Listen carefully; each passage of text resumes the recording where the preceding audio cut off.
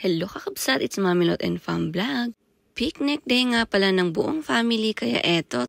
Malapit lang naman sa bahay yung pupuntahan namin at alas 10 na nga ng umaga yan. Nauna na nga yung mga kasama namin. Pagkadating nga namin ay medyo punuhan na ang parking. O diba, todo post ang Koreanang hinog dyan. Happy na naman ang dalawang bulilit dahil nakalabas sila ng bahay.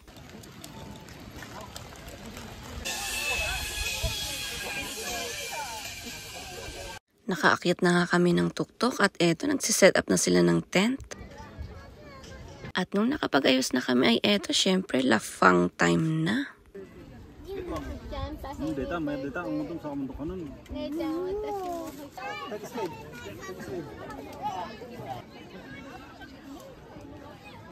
Medyo mainit pa nga dyan dahil tirik ang araw. Eto nga lang lalaro yung mag-ama.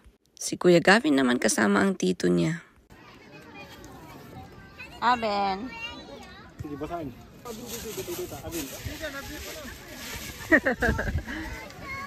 Napagod na ang bebe, paupo-upo. Ang cute.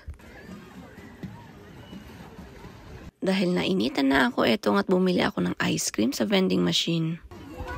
Ice cream, ice cream. It's mine. After ng ilang oras ng pagstay namin dito ay nagligpit na rin kami. Inaantok na rin ang Kuya Gavin, si Ading naman, eto nakatulog na. It's a wrap!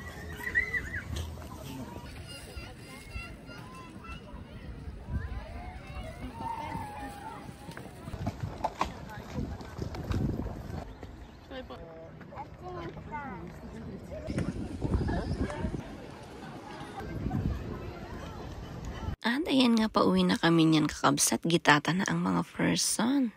Gising na rin ang dalawa. Thank you for watching kakabsat. God bless. Bye!